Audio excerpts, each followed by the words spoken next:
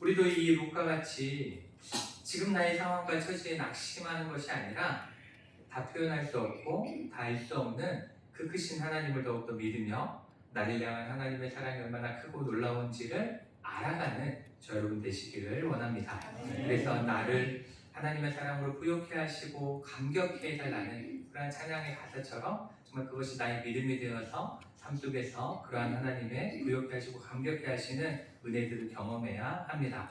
우리가 이러한 믿음의 걸음을 한 걸음 한 걸음 걸어가시면 채우시고 입히시는 또 위로하시고 우리 함께 하시는 그 하나님의 사랑, 햇새들을 경험할 수 있게 될 것입니다. 그리고 룻과 같이 더 담대한 믿음으로 우리가 전진해 나갈 줄 믿습니다. 이렇게 하나님의 크신 은혜를 경험한 나오미는 더 큰 은혜를 기대하며 담대히 새로운 계획을 세우기 시작했다라는 것이 저번 주 말씀의 마지막 부분이었습니다.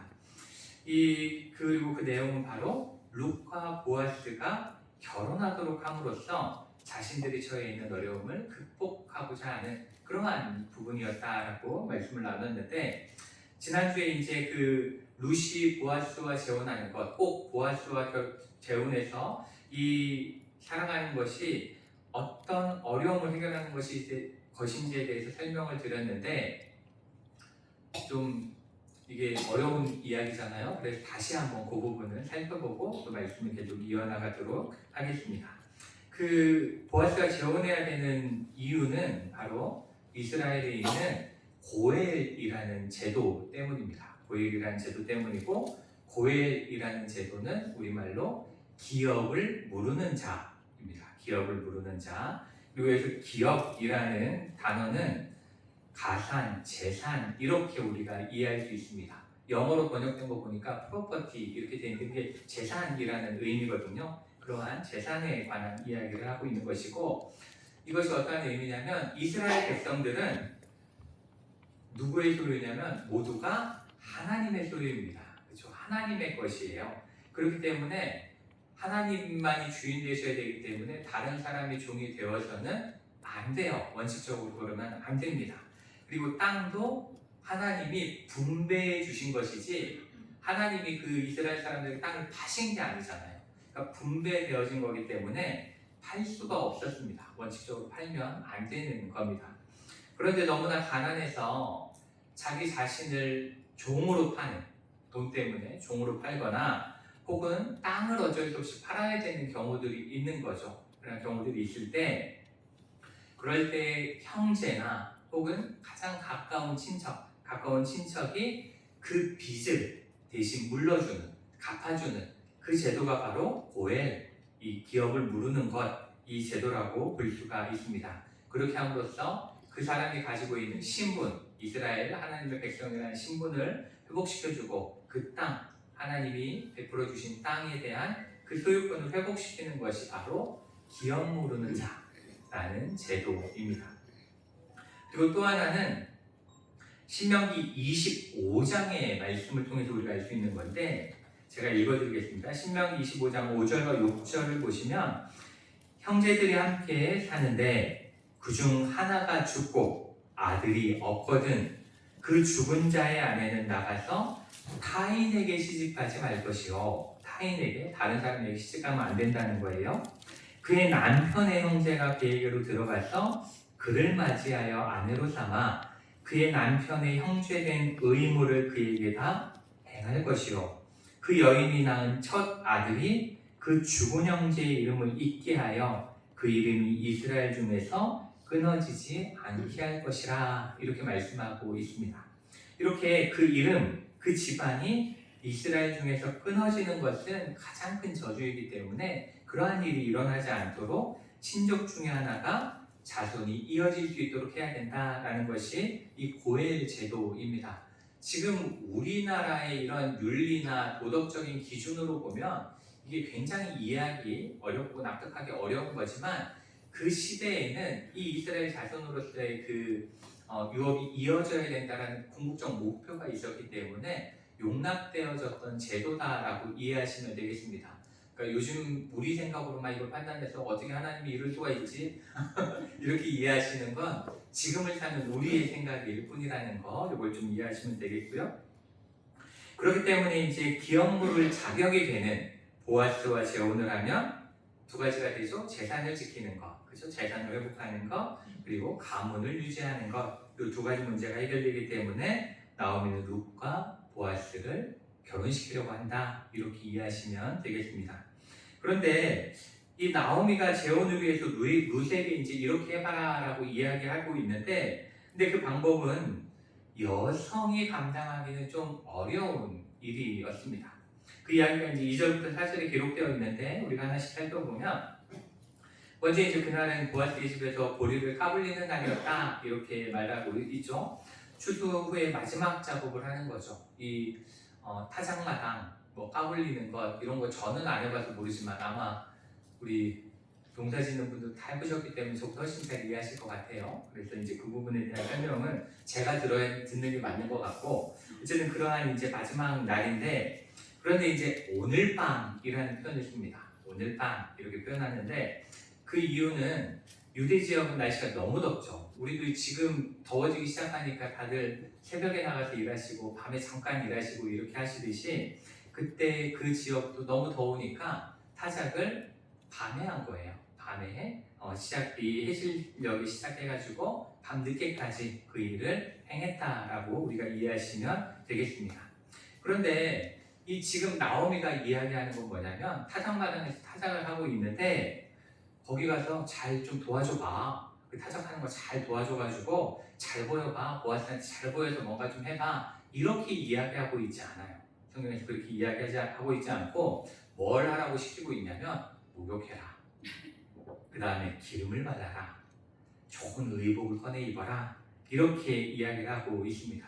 그러니까 지금으로 치면 샤워하고 향수 뿌리고 나이트 가운 좋은 거 입고 있어라. 이런 이야기라고 우리가 이해할 수 있을 겁니다. 어찌 보면 이 이야기는 여성으로서의 그런 매력을 좀 발산할 준비를 하고 있어라. 이렇게 이해할 수도 있을 겁니다. 그리고 이제 보아스의 눈에 띄지 않는 곳에서 기다리다가, 눈에 띄면 안 돼요. 신비주의 컨셉이죠. 잘 숨어있다가 보아스가 잠자리에 들었을 때에 그의 곁으로 가서 그의 발치부를 들고 거기 누워라. 이렇게 방법을 이야기합니다. 거기까지가 이제 나오미가 이야기한 방법이고, 그 후에는 이제 뭔가 순리대로 이루어질 거야. 이런 이야기를 하는데, 여기서 성경책을 한번 보시겠어요? 성경책을 보시면 그 4절 말씀을 보시면, 4절에 그가 누울 때에 너는 그가 눕는 곳을 알았다가 들어가서 그런 다음에 그의 발 다음에 치이불 요 부분이 글씨가 좀 작죠. 그렇죠. 발까지는 똑같은데, 그리고 을들고부터는 또 똑같은데 치이불은 작습니다. 거기만 작게 써 있어요. 그렇죠? 모든 성경이 아마 다 그렇게 써 있을 거예요. 그 부분만 작게 쓰였을 건데, 이 부분은 원래 그 원어적인 의미는 발들이라는 복수형을 띄고 있습니다. 발들을 덮은 이불을 들춰라 이렇게 되어져 있는데, 이 번역하는 사람이 이것은 조금 부드럽게 표현을 해놓은 겁니다. 발지 쪽, 발끝에 있는 이불을 들어라 이렇게 번역을 좀 첨가한 거예요. 추정해서 이제 번역을 해놓은 건데, 그 이유가 뭐냐면, 이것이 이제 그냥 발들이라고 표현할 때는 약간 이게 남성의 성기를 이렇게 좀 부드럽게 표현하는 방법 중에 하나였습니다. 그러니까 발들 이불을 덮어라, 들쳐라 이러면 약간 너무 성적인 부분이 강조되는 거예요. 그러니까 발끝에 발치이불을 들어라 이런 식으로 이제 오해가 없도록 그렇게 번역이 바뀌었다. 이 정도. 이렇게 우리가 성경에 있다 보면 왜 우리만 글씨가 작지 못한가? 성경책 바꿔야 되나 이럴 수 있기 때문에 이 부분을 좀 설명을 드리는 거고요. 그래서 발 아래쪽 이불을 들고 그의 쪽에 아래쪽이 누워라 이렇게 이야기하고 있다는 것으로 이해하시면 되겠습니다. 그런데 이렇게 나오미의 말대로 행하면, 자, 우리가 한번 생각해 보시면 이 나오미가 시키는 대로 행하면 룻에게는 굉장히 큰 문제가 생길 수 있습니다. 이게 잘 되면 뭐 큰 문제가 없을 수 있겠지만 잘못되면 큰 문제가 생길 수 있죠. 먼저 지금까지 성실하게 살아왔던 그 모든 삶이 보아스나 주변 사람들에게 굉장히 가식적인 모습으로 보여질 수가 있습니다. 아, 이렇게 보아스를 유혹하기 위해서 지금까지 열심히 보아스 옆에서 일했던 거구나. 보아스 옆에 그 밭에서만 일했던 이유가 여기 있었구나, 이러한 오해를 살 수가 있었죠. 그리고 사람들에게서 이방인으로서 다시금 차별받을 수도 있는 문제였습니다. 우리가 이렇게 생각할 수 있잖아요. 보아스는 그 지역의 유지입니다. 굉장히 인정받는 사람이고 존경받는 사람이었죠. 그런데 그 여인이 접근했다는 걸 알면 이렇게 생각하죠. 어디 감히 모함 여자 주제에, 이런 식으로 생각되어질 수 있습니다. 사람들이 그렇게 인식이 되어질 수 있죠. 어디 모함 여인 주제에 우리 보아스 같은 대단한 유대인을 건드리는가, 이렇게 생각되어질 수도 있습니다. 또한 여자로서는 매우 수치스러운 결과를 낳을 수도 있는 문제였습니다. 왜냐하면 사람들에게 어떻게 인식돼요? 남자한테 함부로 접근한 여자구나, 이렇게 인식되어질 수도 있는 굉장히 어려운 문제였습니다. 그렇지만 룻은 이러한 상황이 다가올 수도 있다라는 것, 이러한 상황에 처할 수도 있다라는 것을 전혀 의식하지도 않았고 전혀 두려워하지도 않았다라는 걸 우리가 말씀 속에서 알 수가 있죠. 바로 어머니의 말씀대로 행하겠나이다, 이렇게 단호하게 이야기하는 걸 볼 수 있습니다. 그리고 이러한 결단이 왜 가능했는가? 그것이 가능한 이유는 지금까지 하나님이 베풀어 주신 은혜를 경험했기 때문에, 그것이 기억하고 있기 때문에 더 어려운 일들도 담대히 할 수 있는 용기가 생겼다라는 것이 것을 우리가 알 수 있는 겁니다. 그리고 이제 그 6절 말씀에 룻이 시어머니의 명령대로 다 하니라, 이렇게 말씀하고 있죠. 다 하니라, 이렇게 쓰여 있는데, 여기서 보시면 자기 생각은 하나도 없어요. 그렇죠? 자기 생각대로 한 것은 하나도 없고 오로지 시어머니가 이야기한 대로, 시어머니가 명령한 대로 그대로 행했다라는 것을 우리가 알 수가 있습니다.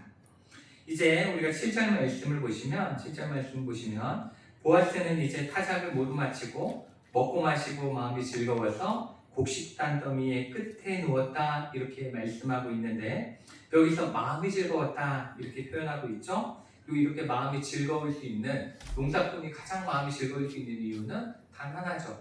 소출이 풍성했기 때문에, 그렇죠? 많은 걸 거뒀기 때문에 즐거워했을 것입니다. 그런데 우리가 2장에서 이렇게 살펴본 것처럼 보아스는 사람들을 위해서 많은 이삭을 남겨놓는 사람들이었어요. 그렇기 때문에 어찌 보면 많이 못 거뒀을 수도 있는 상황이었습니다.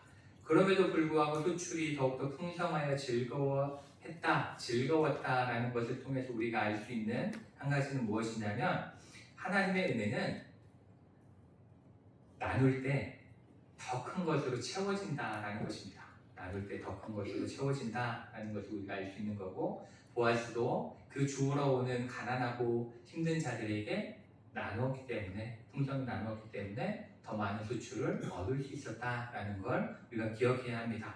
그렇기 때문에 우리 교회는 이렇게 나누고 베푸는 일에는 절대로 인색해서는 안 됩니다. 그것에 대해서 인색하면 안 되고, 하나님의 사랑하라고 하시면 사랑하고, 나누라 하시면 나누고, 그렇게 해야 하고, 그렇게 할 때에 하나님이 보아스를 풍성하게 채워주신 것처럼 우리도 넘치도록 채워주실 줄 믿습니다. 그리고 하나님이 채워주심을 경험하기 시작하면 우리는 보아스와 같이 마음으로부터 참된 즐거움을 얻을 수 있다는 걸 기억할 수 있어야 합니다. 그리고 이제 보아스가 이렇게 누워서 이제 자고 있어요. 자고 있는데 룻이 시킨 대로 합니다. 시키는 대로 해요. 가서 그의 발치부를 들고 거기 누워요. 거기 눕고, 그런데 8절 말씀을 보시면 밤중에 보아스가 깜짝 놀랍니다. 깜짝 놀라서 몸을 돌이켜본다, 이렇게 이야기를 하고 있습니다. 이 부분을 이제 간단하게 설명을 드리면, 보아스가 놀랐다, 이렇게 우리 말로는 표현되어 있는데, 이게 원어로 보면 두려워했다, 매우 두려워했다, 이런 표현을 담고 있습니다. 매우 두려워했다. 근데 발밑에 뭐가 이렇게 있는 것처럼 느껴진다고 이렇게까지 두려워할 정도는 아니잖아요. 그래서 조금 놀랄 정도일 것 같은데, 왜 매우 놀랐느냐? 다양한 해석이 있을 수 있지만, 그 학자들 중에는 이렇게까지 놀랐다라는 단어를 사용하는 이유는, 그 당시 유대인들의 사고 속에서는 밤에 악령이 돌아다닌다고 믿었대요. 당시 사람들이 악령을 믿었기 때문에. 그러니까 우리 어려서 이렇게 화장실 밖에 있을 때, 멀리 있을 때 화장실 가다 이렇게 뭐 이렇게 어두운 게 지나가면 귀신인 줄 알고 깜짝 놀래듯이 그렇게 좀 놀랬던 것 같아요. 그 시절은 뭐 지금보다 훨씬 그런 악령이나 이런 거에 좀 신뢰할 수 있을 만한 때였기 때문에 그래서 이제 놀랬던 걸로 보여지고 옆에 갑자기 무언가 있으니까 혹 나를 데리러 온 악령인가 라는 생각을 했을 수도 있다 뭐 이렇게 이야기를 하기도 합니다. 그리고 이제 내가 누구냐 이렇게 묻습니다. 보아스가 이렇게 물을 때 룻이 이렇게 대답하죠. 당신의 여종 룻이 오니 당신의 옷자락을 펴 당신의 여종을 덮으소서. 이는 당신이 기업을 물을 자가 됨이니이다. 이렇게 이야기를 하고 있습니다. 이 룻의 대답은 우리에게 룻이 단지 재혼이 하고 싶어서 보아스에게 접근한 것이 아니다라는 것을 명확하게 알려주고 있는 말입니다. 이 룻의 이야기는 그걸 알려주고 있는 건데 여기서 먼저 룻은 자신을 당신의 여종이라고 소개하죠. 당신의 여종입니다. 이렇게 소개하는데 여기서 이제 여종이라는 표현은 노예를 이야기하는 것이 아니고 자신을 겸손하게 낮춰 부르는 거예요. 낮춰 부르고 그러면서 또한 어떤 이 단어가 어떤 걸 포함하고 있냐면 결혼할 수 있는 상대, 결혼할 수 있는 자격이 있는 여인을 표현하는 겁니다. 그러한 여인이다라는 것을 이야기합니다. 그러니까 여기서 룻은 자신에 대해서 저는 나오미의 며느리입니다 이렇게 표현하지 않은 거죠. 나오미의 며느리입니다라고 표현하지 않고 당신의 여종입니다. 그러니까 당신과 결혼할 수 있는 자격이 있는 사람입니다 라는 걸 먼저 이야기를 하고 있습니다. 그런 다음에 이제 당신의 옷자락을 펴 당신의 여종을 덮으소서 이렇게 이야기하고 있죠. 그런데 이 단어는 어떤 단어랑 똑같은 거냐면 2장 12절에 나오는 단어랑 똑같습니다. 2장 12절에 나오는 단어랑 똑같은데 2장 12절을 보시면 이 보아스가 이렇게 축복하는 거예요. 여호와께서 내가 행한 일에 보답하시기를 원하며 이스라엘 하나님 여호와께서 그의 날개 아래에 보호를 받으러 온 내게 온전한 상 주시기를 원하노라 이렇게 이야기하는데 여기서 날개 이것과 똑같은 단어입니다. 이것과 똑같은 옷자락이라는 것이 날개와 똑같은 의미들을 담고 있는 단어예요. 그러니까 이 룻의 말은 어떤 거냐면 하나님께서 그 날개를 펴서 나를 보호하시듯이 당신이 나와 혼인하여서 그 보호하심이 당신을 통해 나에게서 이루어지게 해달라라는 그러한 믿음의 고백이라는 겁니다. 그러한 하나님의 은혜가 나에게 당신을 통해 당신의 옷자락을 덮음으로 이루어지게 해달라 이렇게 이야기하면서 당신의 옷자락을 덮는다는 게 뭐겠어요? 청혼하는 것을 이야기하는 거죠. 함께하자라는 것을 이야기하는 그러한 청혼의 말을 하고 있습니다. 이렇게 하나님의 헤세드, 하나님의 사랑과 은혜가 보아스를 통해 자신에게 임하길 바란다 이렇게 이야기하는 것이고 그러면서 이제 이는 당신이 기업을 물을 자가 됨이니이다 라고 덧붙이죠.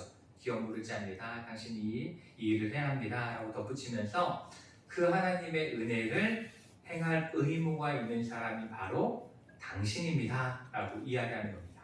그렇게 이야기하면서 그렇기 때문에 이 룻의 이야기를 통해서 우리가 알 수 있는 것은 룻은 단지 남편이 필요한 것이 아니다 라는 것이고 하나님의 헤세드, 하나님의 신실하신 사랑이 보아스를 통해서 하나님이 선택하신 고엘이라는 제도로 임하길 바라고 그리고 그렇게 될 것이라고 믿으며 지금 당신 앞에서 이야기합니다 라고 이해하시면 되겠습니다. 이렇게 룻은 결국 보아스를 향해서 이야기하지만 그 궁극적인 대상은 하나님을 향해 이야기하는 거예요. 하나님을 향해 하나님이 나에게 그 은혜를 베풀어 달라, 신실하신 그 사랑을 베풀어 달라 이렇게 이야기하는 것입니다. 이렇게 담대한 믿음으로 보아스 앞에 나아간 룻을 향해서 보아스는 거절하거나 화를 내지 않고 축복하고 있음을 10절 말씀을 통해서 우리가 알 수가 있습니다. 10절 말씀을 보시면 보아스가 이렇게 이야기하죠. 그가 이르되 내 딸아 여호와께서 내게 복 주시기를 원하노라. 내가 가난하건 부하건 젊은 자를 따르지 아니하였으니 내가 베푼 인애가 처음보다 나중이 더하도다. 이렇게 이야기합니다. 여기서 보아스가 룻을 축복하는 이유는 첫째는 룻이 가난하건 부하건 젊은 자를 따르지 아니하였기 때문이다. 이렇게 이야기하고 있는데 이게 어떠한 의미냐면 이 룻이 결혼하고자 하는 것이 개인적인 유익을 위해 결혼하는 것이 아닌 걸 내가 안다라는 거예요. 그것을 원하는 게 아니다라는 걸 안다는 거죠. 자기 자신, 룻 자신만 생각했으면 더 젊고 더 나은 사람이 주변에 많이 있었는데 자기에게 찾아왔다는 건 그것을 위한 것이 아니다라는 걸 내가 안다라고 이야기하고 있는 겁니다. 그리고 또한 두 번째는 그 이유가 내가 베푼 인애가 처음보다 나중이 더하기 때문이다. 이렇게 표현하고 있죠. 처음보다 나중이 더하기 때문이다. 이렇게 되어 있는데 여기서 내가 베푼 인애라는 이 인애라는 단어가 바로 히브리어로 헤세드입니다. 헤세드예요. 그러니까 이 말이 어떠한 의미냐면 룻이 시어머니와 베들레헴에 돌아와서 시어머니를 그 열심히 섬기는 그 사랑도 컸는데 그 사랑도 처음 사랑도 컸는데 이 집안을 위해서 나오미 집안을 위해서 재혼하기 위한 열심을 내고 그러한 결단을 하고 이렇게 자신에게 청혼까지 하러 온 그 믿음과 사랑은 더 크다. 처음에 그 시어머니 봉양하고 똑같는데 그 집안을 향한 사랑은 더 큰 걸 내가 알았다라는 것을 여기서 이야기하고 있는 겁니다. 여기서 우리는 다시 한번 하나님의 은혜가 작용하는 원리를 발견하게 됩니다. 룻은 하나님의 은혜를 구하고 그 은혜 가운데 살았지만 그것은 자신의 욕심을 채우기 위함이 아니었습니다. 오로지 하나님께 받은 그 헤세드, 그 사랑을 시어머니에게 베풀고 있고 그 사랑을 베푼 것으로 다시 보아스를 통해 더 큰 사랑을 받고 있다는 걸 우리가 알 수 있는 겁니다. 이렇게 하나님의 헤세드, 하나님의 신실하신 사랑은 나누고 베풀 때 더 커지고 더 풍성해지는 것이다 라는 것, 30배, 60배, 100배의 수확을 거두게 되는 것이 바로 하나님의 은혜다라는 것을 우리가 꼭 기억해야 합니다. 이러한 하나님의 은혜의 법칙을 우리가 기억해야 되는데 저는 이것을 잘 우리에게 표현해주는 찬양이 하나 있습니다. 찬양이 하나 있는데 저 어려서 부르던 찬양인데 이 찬양을 아시는 분이 계실지 모르겠는데 사랑은 참으로 버리는 것이라는 찬양이 있었습니다. 그 가사가 이렇죠. 사랑은 참으로 버리는 것, 버리는 것, 버리는 것. 사랑은 참으로 버리는 것, 더 가지지 않는 것. 이상하다 동전한 입 움켜잡으면 없어지고 쓰고 빌려주면 풍성해져 땅 위에 가득 찼네. 이렇게 하는 찬양인데 이것이 바로 헤세드인 거죠. 이것이 바로 하나님의 사랑인 겁니다. 나오미를 향한 룻의 헤세드, 그 사랑이 커지고 커져서 그 나오미를 위해 보아스와의 재혼까지 결단하니까 하나님은 더 큰 헤세드를 보아스를 통해 차고 넘치게 룻에게 베풀어주고 있는 것이다 라는 것입니다. 어찌 보면 이기적이고 자기중심적인 이 시대에 우리 교회는 이 하나님의 헤세드를 기억할 수 있어야 합니다. 그리고 실천할 수 있어야 합니다. 이 하나님의 나누어주는 사랑 그리고 넘치도록 채우시는 하나님의 사랑을 믿을 때 우리는 하나님의 사랑으로 이 땅이 풍성해지고 이 땅이 풍요해지게 만들 수 있고 또한 그로 인해 우리도 풍성해지는 놀라운 은혜를 경험하게 될 줄 믿습니다. 이렇게 보아스는 룻을 축복하고 그 다음에 안심시킵니다. 11절 말씀을 보시면 내 딸아 두려워하지 말라 내가 내 말대로 내게 다 행하리라 내가 그대로 할게 라고 약속을 먼저 하고 그 다음에 이제 이렇게 이야기합니다. 내가 현숙한 여자인 줄을 나의 성읍 백성이 다 아느니라 이렇게 말하고 있습니다. 여기서 이제 주목해봐야 되는 단어가 뭐냐면 현숙한 여자라는 단어입니다. 현숙한 여자. 이 현숙한 여자라는 말은 히브리어로 에쉐트 하일입니다.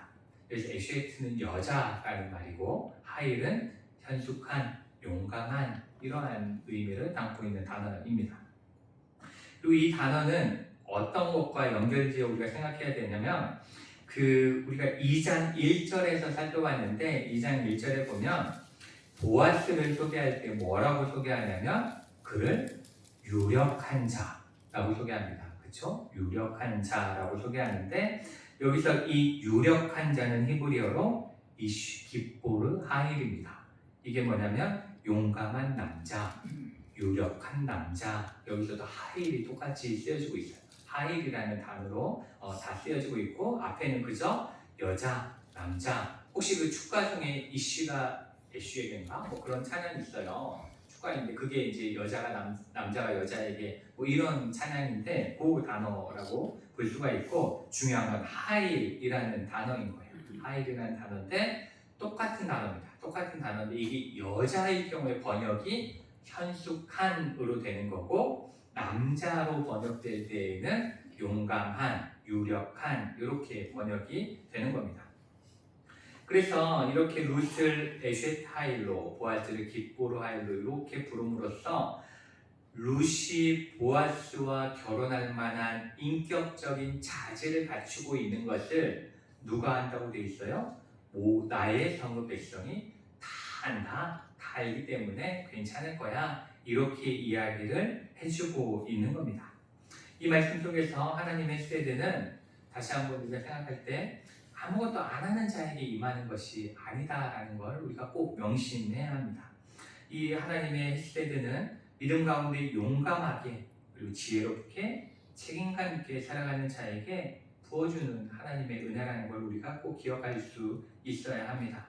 믿음으로 걸어가는 자에게 하나님은 그 길을 더 잘 걸어갈 수 있는 힘 주시는 분이라는 것을 우리는 명심해야 합니다. 그리고 루카같이 어떠한 상황 가운데 있어도 누구만 바라봐야 돼요? 하나님만 바라보고, 그렇죠? 누구에게 기도하며? 하나님께 기도하며 그 길을 걸음을 용감하게, 용감하게 걸어가는 그러한 사람이 되어야 될 줄 믿습니다. 그런데 이 보아스는 그 모든 일을 충동적으로 급하게 막 감정적으로 일하지 않습니다. 이렇게 이쁘게 목욕하고 꾸미고 한 여인이 자신 옆에 누워있으면 감정적으로 대응을 만다 한데 그렇게 하지 않고 이성적으로 잘 배려하며 일하는 것을 보게 됩니다. 어떻게 하냐면 첫째로 그 보아스는 어떠한 이야기를 하냐면 보아스보다 더 가까운 친족이 있는 거예요. 그 기억 모르는데 우선순위라는 게 있잖아요. 그렇죠? 우선순위가 있는데 더 가까운 친족이 있다라는 것을 말해주고 그 사람이 거절하면 제가 저번주에 말씀드린 것처럼 기억 모르는 거는 가장 중요한 원칙이 뭐예요? 자발적으로 해야 된다는 거잖아요. 그러니까 그것을 물어본다라는 거예요. 거절하면 그 다음을 진행하겠다 이렇게 이야기를 하고 있습니다. 그리고 이 루스비에 뭘 또 배려하냐면 그 모든 일이 다 해결될 때까지 이 루스에게 이상한 소문이 돌면 안 되잖아요. 그러니까 아무도 모를 때까지 누워있다가 다 잠든 다음에 집으로 돌아가라. 그렇게 함으로써 룻이 어려운 일을 겪지 않도록 배려하고 있는 모습을 볼 수가 있고 그 다음에 이제 15절 말씀을 보시면 보아스는 룻에게 보리를 6번 되어 지워주고 집으로 돌아가게 합니다. 여기서 6번이라는 숫자는 뭐 숫자 자체의 의미를 두는 것이 아니라 그 당시에 여인이 이렇게 짊어지고 갈 수 있는 들고 갈 수 있는 가장 무거운 만큼 정말 가득 채워서 보내줬다라는 것을 스스로 이해하시면 되겠습니다. 이렇게 보아스는 룻을 향해서 자신이 가지고 있는 헤세드, 신실한 사랑을 끝까지 베풀 것이라는 걸 약속하면서 돌려보내고 있다는 걸 우리가 여기서 알 수가 있습니다. 그리고 이제 룻이 돌아갔을 때 시어머니가 이제 물어봐요. 어떻게 됐니? 이렇게 물을 때 17절에서 룻이 이렇게 대답합니다. 그가 내게 이 보리를 6번 데워주며 이르기를 빈손으로 내 시어머니에게 가지 말라 하더이다. 이렇게 이야기하는데 여기서 빈손으로라는 말이 있죠. 빈손으로라는 말이 있는데 요거를 이해하기 위해서는 1장 21절을 좀 살펴볼 필요가 있습니다. 1장 21절을 살펴볼 필요가 있는데 1장 21절을 보시면 나오미가 이제 베들레헴으로 들어오면서 사람들에게 이렇게 이야기해요. 내가 풍족하게 나갔더니 여호와께서 내게 비어 돌아오게 하셨다. 이렇게 이야기하는 게 여기 나옵니다. 이거 똑같은 이야기예요. 비어 돌아오게 하셨다. 그렇지만 보아스는 어떻게 해요? 빈손으로 돌아가지 말라. 이렇게 이야기하고 있는 거죠. 그러니까 이 이야기는 뭐냐면 이제 하나님은 믿음으로 하나님께 돌아온 자기 백성을 절대로 빈 상태로 내버려두지 않으신다.